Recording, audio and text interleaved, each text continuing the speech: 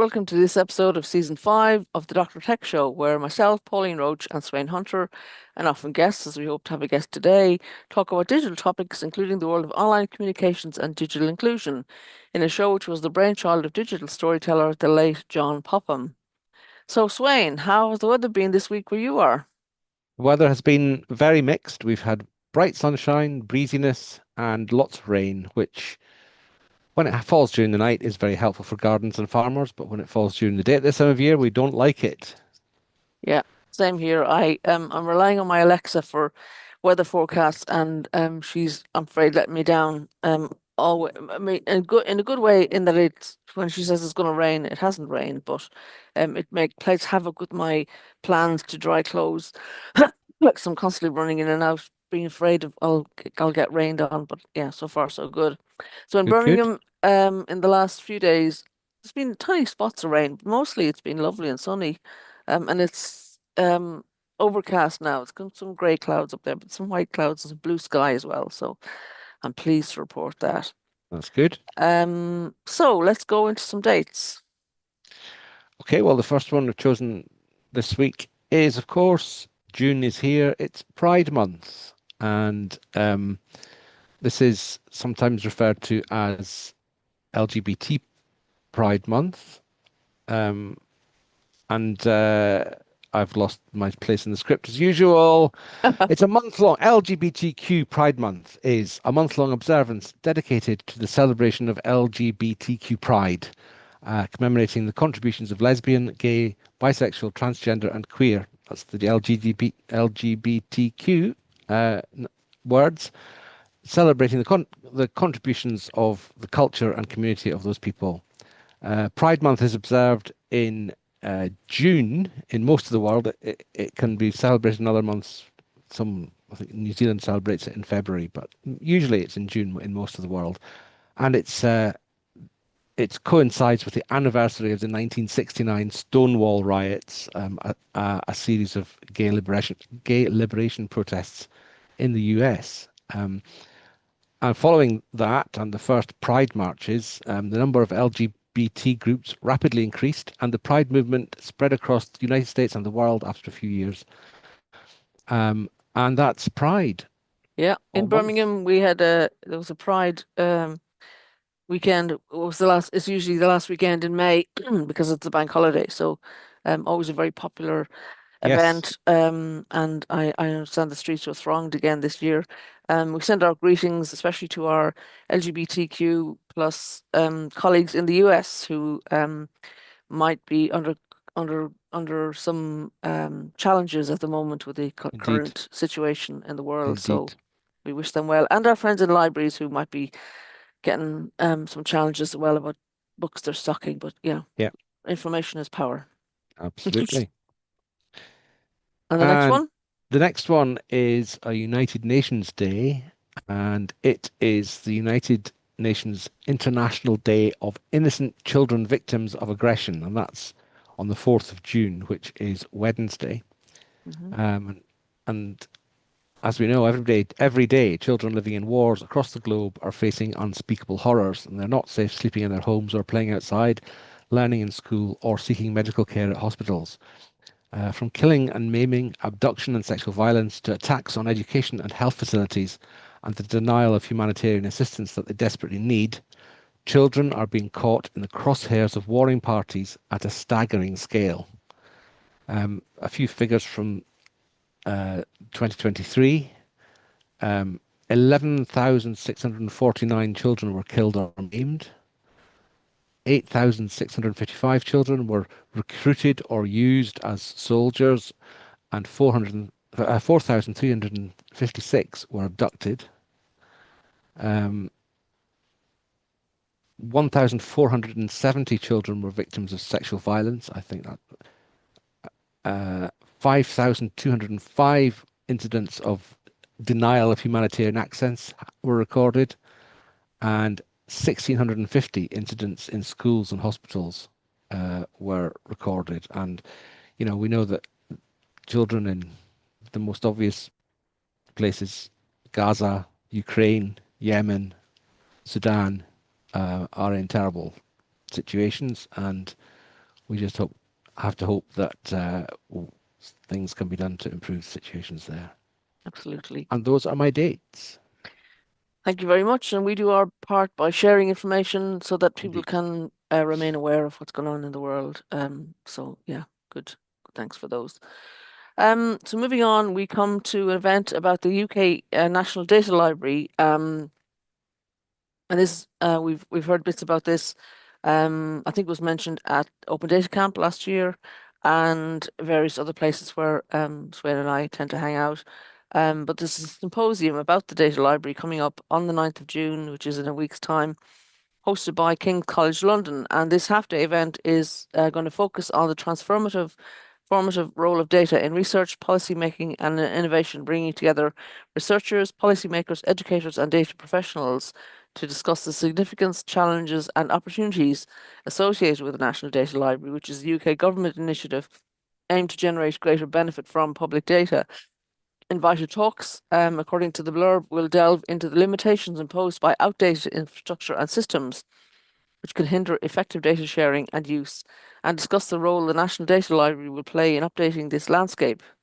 Sessions will also examine the pressing need for robust data privacy measures to protect sensitive information in an increasingly digital and AI-driven landscape. Furthermore, equitable access to data is emphasized as vital for ensuring inclusivity and fostering societal advancements. The event will also explore how AI technologies could enhance data utility while navigating these challenges. And the event is planned to culminate in a panel to propose actionable solutions for modernizing systems, safeguarding privacy, and promoting fair access, and how this should inform the implementation of the National Data Library initiatives. And the confirmed speakers include Dr. Lucy Burgess, Chief Operating Officer and co-founder at Faris AI, Professor Richard Dobson, Professor of Medical Informatics at King's College London and UCL, Martine Waubin, Head of Data for London at Greater London Authority, Louise Burke, Chief Executive Officer at the Open Data Institute, Anastasia Bektir Bektimirova, Head of Science and Technology at the Entrepreneurs Network, Tom Nixon, Managing Director of Applied AI at Faculty, and Professor Elena Simperl, Professor of Computer Science at King's College London, Director of Research at the Open Data Institute. So I'm sure some of our open data colleagues, Sweyn, will be interested in attending that. I think I shared it in our Signal group. So yeah.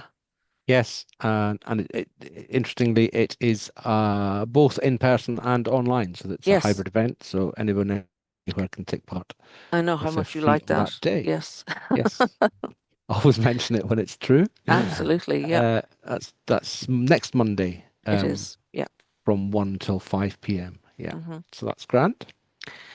Okay, so we were and are still hoping for a guest to join us today, but until they can, we will hold off on saying who it is because things change, and we can go straight into stories. If that's okay with you, Swain? That's fine.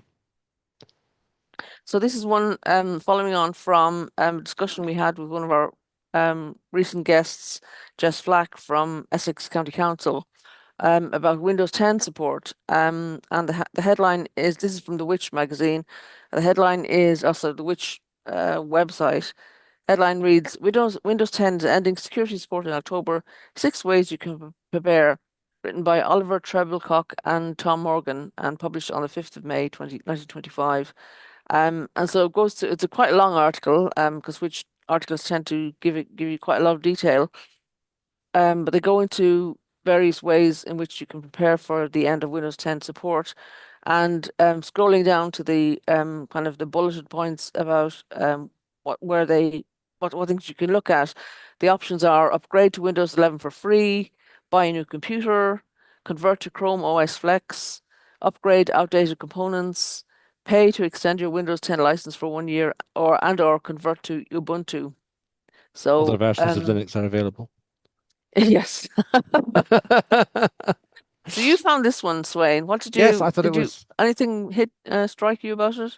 I thought it was very, very clear, and yes, a bit long-winded, but the options are very, very clear.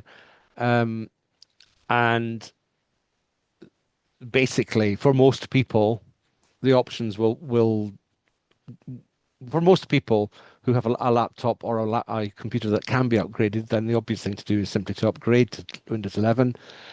Uh, if you have one that won't upgrade to Windows 11, and it's very easy to find out in the updates page of Windows 10, it'll just do a quick check and tell you whether your hardware is suitable or not.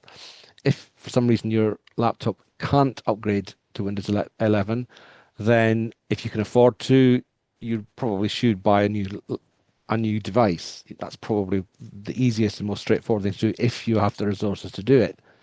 And if you don't, this was what I learned really from this piece. You can pay $30 to get an extra year of security updates for Windows 10. That's option 5. Pay to Mm, extend your Windows 10 license for 1 year. Uh, if you're in education, that goes down to $1. mm, So schools and other educational users only have to pay $1. If you're a big business and you have Windows Professional rather than Windows Home version, then you might end up having to pay $60 instead of 30. mm, I meant to look up what the situation for charities was, and I forgot to do that. But we'll try and do that for next week. mm, I'm not sure whether they count as the $30 or the $1 option. Charities in general. These other options like upgrading components or converting to Chrome or Linux. I mean, they are options, mm, but they all come with fairly significant downsides or complications or cost. So I think it's not something we can ignore. Um, and I think that the, the sign up place for the Windows 10 extensions is not yet in place. You can't yet ah, sign up for that. The, but it will appear in the next couple of months. yeah. Well in advance of the October uh, deadline for end of support for Windows 10. I Which think of, I will be paying my 30 quid and yeah. getting an extra year because I have one laptop that is already at Windows 11 and another that can't upgrade. So, and I don't really want to buy replace that one. So Mm, I'll probably will. It may be possible to get a second year for double the cost of the first year. I wouldn't be planning for that at this stage. Businesses I know can. In the second year, it will cost them not 60 but $120 for mm, another year. And I think they even have the option to double it again for a third year if they really are struggling. But by the time you're paying that sort of money, then, unless you really can't afford any more than that at that time, then it would probably be more sensible to replace your device. There we go. mm. I've waffled on about that for ages. No, no, no. I think this is really critical to a lot of the people who might be in smaller organizations and Hmm. hopefully listening to us. Um, have you with your upgrade to Windows 11 on the one device, has there been any glitches? Is it None at much all. It was different? it was absolutely fine. It Mm, just happened and it worked. Yeah, it was okay. I mm, mean, it'll depend. I've got a very normal sort of laptop. I've not changed it. I've not got any sort of specialist um, peripherals or anything like that. So um, I wasn't expecting any problems. I mean, the mm, the more specialized the software or the hardware that you use, the more likely it is you'll have wrinkles or need to get drivers or need to seek support from those vendors that have sold you that software or hardware. Uh, there is a means of reverting back to Windows 10, I believe. I haven't used it. So if you upgrade to Windows 11 and then it all goes wrong, I think you can revert to Windows mm, 10. mm, Obviously, back up all your data that you possibly imagine. If you don't know how to do that, get advice. Don't upgrade to 11 um, without backing up your data and being sure that you can reinstall any bits of software that you might have installed, some of which might be some years ago. mm, But make yeah. sure you have all those installation disks for things that you rely on, and make sure that you upgrade your data. Sorry, what do I mean? Upgrade? No, back up your data. Mm, mm, And again, if you don't know how to do that, seek advice from somebody who mm, does. yeah.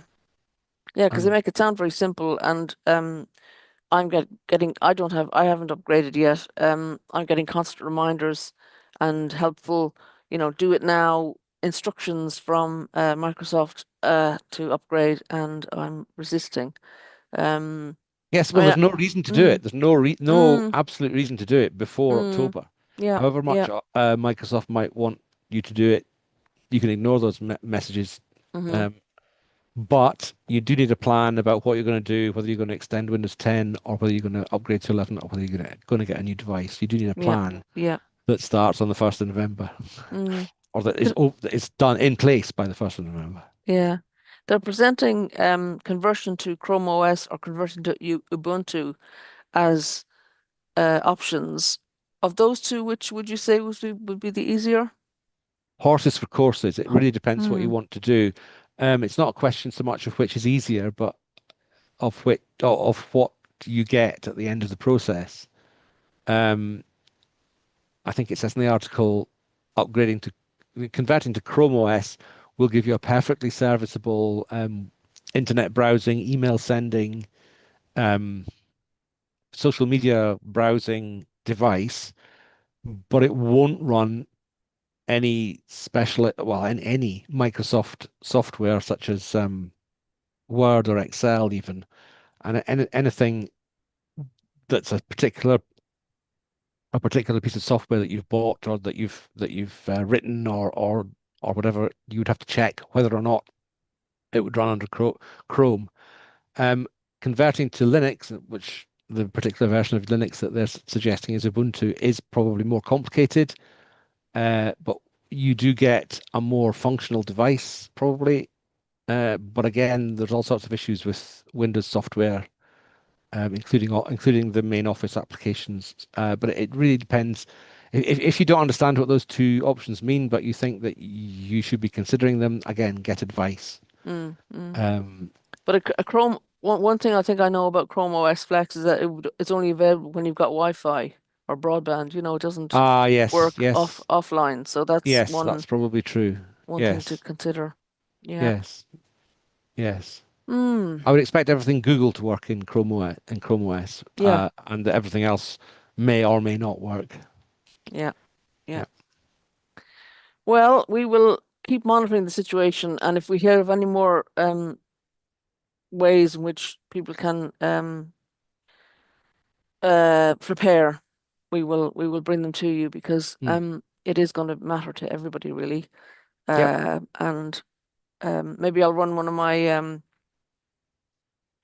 polls on LinkedIn Oh, that's a uh good idea. and asking people about what their plans are, and kind of maybe run it again near the date and see how people whether people have changed any plans. Okay, our next story is Voices from Georgian Villages, Digital Inclusion as a Bridge to Equity and Opportunity. And this is an article I picked up on LinkedIn from a writer called Seda Ismaila Kunova published on the 29th of May. And this is talking about equitable digital access, not just about internet connectivity, but also the quality of connection. Saida writes that when rural areas are not well served in terms of connection speeds or reliability, people and enterprises in rural areas are unable to benefit from the full range of information, services, and markets available online in Georgia and globally. This could contribute to economic dualism and widen social divides. So, to reduce these risks, the World Bank has been supporting implementation of Georgia's National Broadband Development Strategy for 2020-2025 through the project called Login Georgia that has gained local popularity as a state internetization program. I never heard that word before, internetization. Internetization, And that's a yeah, great word. so quoting from one of the people who were interviewed for the article, this person says, if you had seen the area where the towers are, you would easily understand it is physically impossible to reach in winter. We've been there hundreds of times in summer as kids. I'm not surprised it's difficult to find anything or reconnect the cables. We were used to the fact that a heavy snowfall or strong wind could abruptly change the direction of our daily life. Well, some of us think we're badly off when we lose connection, maybe for an hour or two. Certainly, my broadband, I've had that experience. I won't name the provider at the moment, but a well-known provider. So the article goes on to say access to technology alone and building infrastructure are insufficient to reduce poverty without complementary policies. Um, According to the Listening to Georgia survey, 2024-2025, only 4% of households use internet for online government services, 6% for searching jobs, 9% for teleworking, and 17% for online education. Most users use the internet for social networking, 87%, and messaging, 82%. More productive use of internet will help boost productivity, jobs, and incomes. So that's the view from Georgia. Um, yeah, I mean, not similar probably to many rural areas in this country, I'd say, Swain. Um, I'm not sure about that. I think we've made great progress um, over the last, especially over the last 5 years. I mean, there are still places where coverage is poor or not Mm, good enough, but I would be surprised if it was. I think the whole fiber to the premises project that's happening has mm, really stepped up the proportion of people in this country that have access to decent connectivity. mm, There are still problem areas, but certainly in Scotland, those problem areas are being addressed, mm, whether it's by bespoke radio solutions or even satellite type connections, mm, which is always a last resort, I know, uh, but I do think that 25 years after we started, probably connectivity is less of an issue in the UK than it used to be. mm. And Well, Georgia that's good. sounds the figures there in Georgia sound a bit like the rural areas in the UK maybe 10 or even 15 years Ah, ago. okay. Okay. Yeah. I'll accept your But their but their, knowledge on that. their geography, of course, as described, is a bit like the Highlands of Scotland and bits of Wales and Mm. even the more rugged bits of England are Mm-hmm. that's where the challenges are. And if a big proportion of your country has geography like that, then it will be very challenging Mm. to provide everyone with the access that they need. Yeah. Quite surprised by the low figures for um for using the internet for work and for other things like that for Mm. education. Yeah. I'd like to maybe dig deeper into that and find out what the situation there is. Yeah. I mean, I was interested in those figures as well. Do we have similar figures for the UK, or do we have figures for the UK that would be comparative? Do we know what percentage of households use internet for online government services, etc., in the UK? I don't know off the top of my head, no, but I'd be prepared to guess that it was a great deal higher than that. Oh yeah, yeah, yeah. It just seemed handy to have it Yeah, here in the article, and I'd yeah. love to I see can't this. think of I'd love to any. see what the UK figures are. Can't think of any figures No, well, let's have, off if the top of any my of our head. Yeah. listeners know of the comparable figures for the UK, we'd love to hear from you. Yeah, do let us know. What I was saying there about connectivity, I meant landline Yeah, broadband.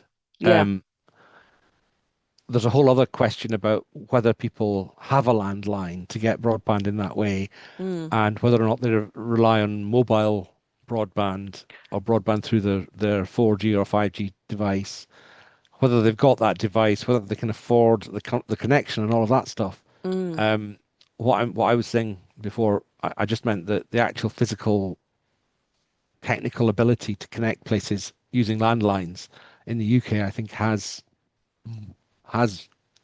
you know subject to a few problem areas, more or less been done now. yeah, yeah, yeah. I mean, it's interesting though what you say about that switch over project that's going on. In fact, I have had some contact with BT about that in my job, my paid work. So maybe we'll get somebody on from BT Yeah, to talk that'd be about that great. in the next season, Yeah, that'd be or great. even in July. Actually, we'll see. Yeah, Yeah. because I think it is a massively important project, and it will affect everybody. So it'd be good to bring it to people's attention more on the program. Mm. Okay, great stuff. So our next article is from our friends at the Digital Poverty Alliance, who are launching the UK Digital Inclusion Awards to recognise meaningful action around digital inclusion, a new national initiative to recognise organisations taking meaningful steps to address digital exclusion, grounded in the framework of the DPA's Charter for Digital Inclusion.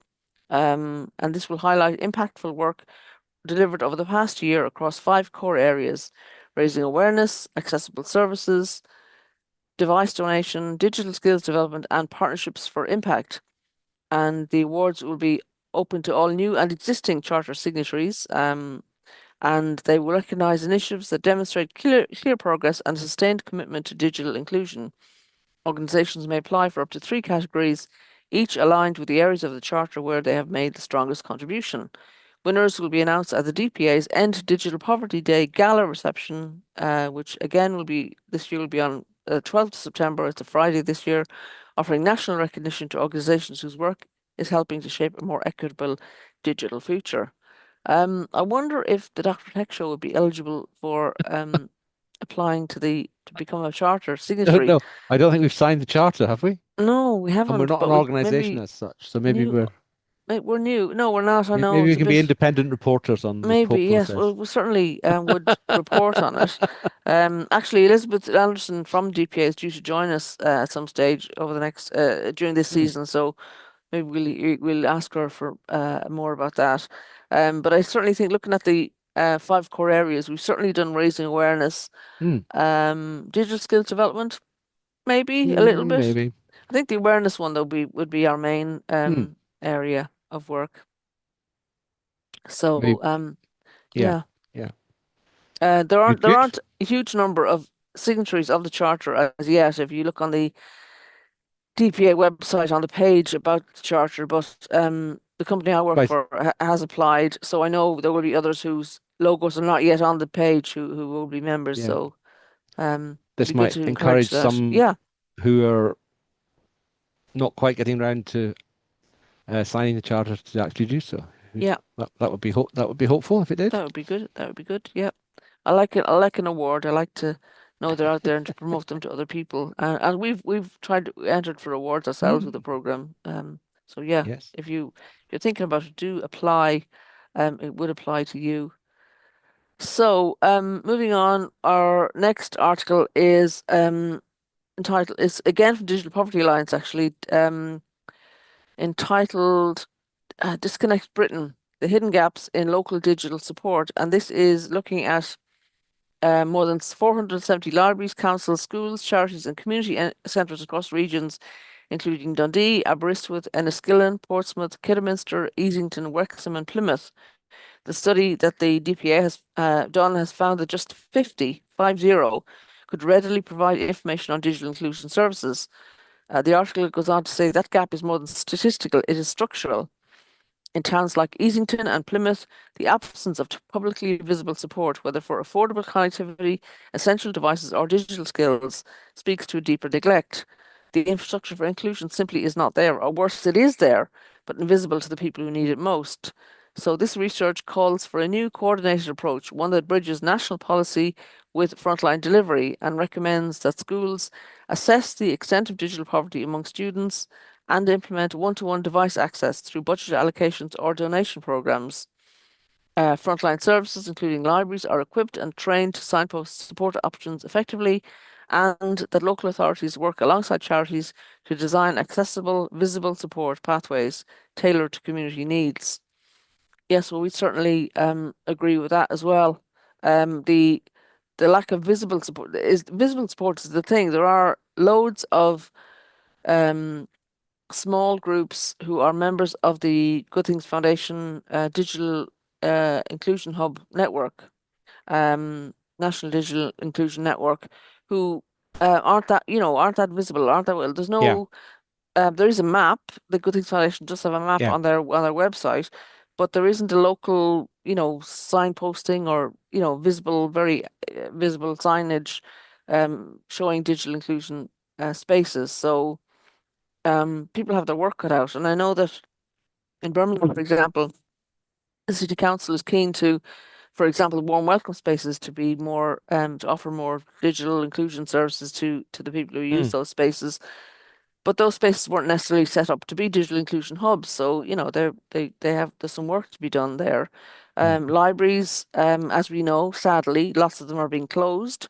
Um, uh, there isn't a national library strategy to develop libraries in this way. So, it's hard to see at the moment how this could be changed easily. Yeah, yeah.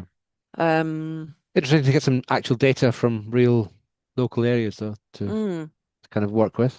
So that's good. yeah, yeah. So we will again, be great to hear from anybody who's affected by this and has a view on a gap in their area. Yeah. Yeah. There's a lot of information, detailed information in the actual full report, which is accessible from that article. So maybe try and And have a again, deeper as dive into usual, that. yeah, that link will be on our show notes after the Yes. show on the YouTube page. So please do have a look at that. Okay, we'll go on to our next item, which is an item by someone called Katie Goes, Breaking Down Digital Barriers for Disabled Children, published on the 21st of the 5th, 25. And again, this is one I picked up off LinkedIn. This is a project with a three-stage approach that started during COVID when a number of charities noticed that there were barriers to disabled children taking part digitally in work. And so the approach that they're proposing is to supply children and family members with devices, data, and training, which is, as we know, the kind of groundwork for digital inclusion. Second, one of our 12 charities would provide an opportunity to experience an online service. And third, children and families would provide their honest feedback to inform future design and delivery. So, as much as it's about providing children and families with devices, data, and training, that's not the end of it. It's about improving services by providing these access materials. Um, so the Katie goes on in our article to say this is the foundation for the program that they're launching on the 21st of May. From that first conversation that they had with the other charities nearly 5 years ago, she says has grown a groundbreaking collaboration between national charities, digital inclusion experts, technology companies, and founders. And that was one of the things that really I love to see, Sweyn, is that technology companies were involved in this development. Yeah, Katie says we will be working with children, young people, and their families to shape and shift the program to make it as impactful as possible. And the key elements of success, she says, are a compelling case for support, an incredible alliance of funders, charities, and technology partners, and heaps of goodwill amassed along the way. We were honoured, she says, to have AbilityNet and Good Things Foundation as delivery partners and CAST as our evaluation and learning partner, and the engagement of 12 national charities. And these charities are Ambitious About Autism, Children's Trust, Contact, Dingley's Promise, Family Fund, Kids, National Deaf Children's Society, Rainbow Trust, Roald Dahl's Marvelous Children's Charity, Sense, Well Child, and Whiz Kids, all determined to maximise their shared learning. And again, a great story about working together, collaborating to make a difference to children and families, and influence service design and delivery. Because if you can't use what you're learning and build on that, then it seems a lost opportunity. So well done to those that's a great one. Yes, charities for great to for see all those driving that forward. organizations working together. Yeah. And so we come to the last item that we've picked up in the last few weeks, and this is a story about Nigeria and Africa generally as a continent. And the article is entitled Planting the Seeds of Tomorrow, Early AI Exposure as the Bedrock of Digital Inclusion in Nigeria and Africa, written by Justine Nam Oha, published on the 5th of May on LinkedIn. And it's a long article, so I'll just quote some of the content. Um, Justina says, for a nation as vibrant and diverse as Nigeria, cultivating AI literacy from the ground up isn't just about keeping pace with global advancements. It's about empowering its youngest citizens to shape a more equitable, innovative, and self-determined future where the digital landscape is not a barrier, but a playground of opportunity. She skips to say, in Nigeria, the persistent struggle with reliable and affordable internet services continues to cast a long shadow.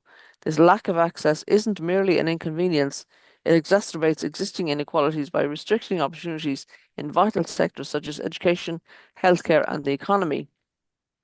But she goes on to say artificial intelligence holds considerable promise in bridging these divides. Within Nigeria, for example, the development of AI models proficient in local languages can democratize access to digital content, ensuring that linguistic diversity doesn't become a barrier to information and essential services. The tangible impact of AI-powered translation tools supporting languages like Hausa, Yoruba, and Igbo underscores this potential. And towards the end of the article, she says, furthermore, AI is unlocking new pathways to financial inclusion by enabling small businesses and individuals to access loans and financial services previously unattainable. Given that a significant portion of Nigerian adults remains unbanked, AI-driven solutions such as machine learning for enhanced credit scoring can unlock economic opportunities for many. Research suggests the intelligent application of AI could substantially boost the economies of sub-Saharan African nations, highlighting its practical significance. And I found that article very hopeful because, again, on this program, I think we try to talk about learning from other countries and other continents about improvements that can be made and innovation that can be Yeah. applied, not just in the country where the article is from, but also other countries. We've talked about AI on this show before, and I don't think either of us are convinced that it's the be all and end all, but it's certainly a useful and interesting thing that we can, encourage people to learn from, if nothing else. Absolutely. Absolutely. No, it's very interesting to see how well. I hadn't really thought before about a country like Nigeria having so many different languages to have to do things in, and it's good to see some focus on that, for example. Mm. Whether AI-powered translation tools are the thing for that, I mean, they're going to find out. But it's great to see some. It's great to see some experimentation and some development going on there. Can't help thinking that had the world been a different place and the history of colonialism, etc., to be just simple about it, hadn't happened, then a lot of things might be different in the world, and it would be gr- you know interesting to think about how things would have been different in Africa had that continent not been so ravaged Yeah, by white supremacy. But yeah, they are overcoming, and yeah, we've a lot to learn from each other. And as I say, in this, if we can learn from this, there may be steps may be jumped, maybe skipped, yeah, to help us all, yeah.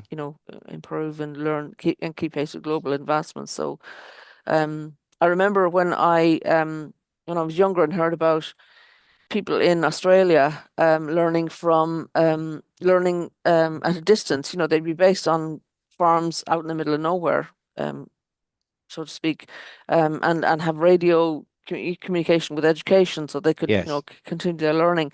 I just thought it was amazing and so um advanced and so interesting to see. And then, of course, COVID happened, and there everybody was learning online. So, like, it yeah, felt to me like people were yeah, catching up with what had been happening in yeah. Australia for many years and generations, probably. So, yeah, we can learn from what happens in other places to make us True. all better, hopefully. And that actually brings us to the end of the Yes, stories it that we does. picked up for today's show. And unfortunately, our guest hasn't arrived.